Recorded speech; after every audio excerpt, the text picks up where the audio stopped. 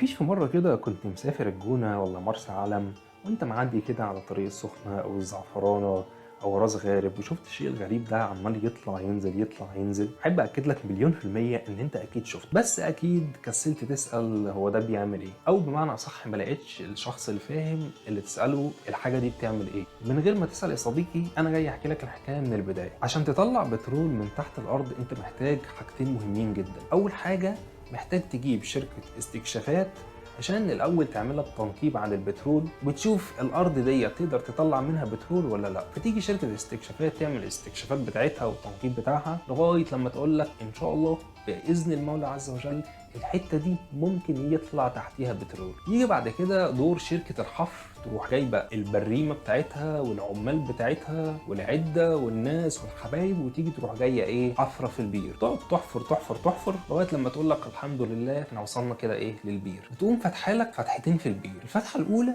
بيدخلوا منها غاز مضغوط بضغط عالي جدا جدا جدا. الغاز المضغوط ده بيدخل في البير يقوم يضرب في الزيت الاسود الخام اللي موجود في عمق الارض. يقوم الزيت من كتر الضغط عليه من الغاز يقوم خارج من الناحيه الثانيه، ما يستحملش يروح جاي خارج من الناحيه الثانيه. وعلى الرغم من ان ضغط الغاز اللي داخل البير بيبقى عالي جدا جدا جدا، الا ان الزيت برضه بيحتاج حاجه تشده من عمق الارض تطلعه على سطح الارض، لان المسافه بتبقى طويله جدا جدا جدا من سطح الارض لعمق البير اللي هم فتحوه. يجي بقى دور الوحش اللي هو البامب جاك اللي انت عمال تشوفه طالع نازل طالع نازل ده. البامب جاك هنا اهميتها ان هي بتنزل تمسك شويه زيت وتطلع تطلعه على سطح الارض، تنزل تمسك زيت من عمق الارض وتقوم تشده تطلعه على سطح الارض. بعد كده بيمشي فيه مواسير طويله جدا لغايه لما يوصل للتنكات اللي هيتخزن فيها. يعني بمعنى اصح تقدر تقول ان البامب جاك دي اكنها بتشفط الزيت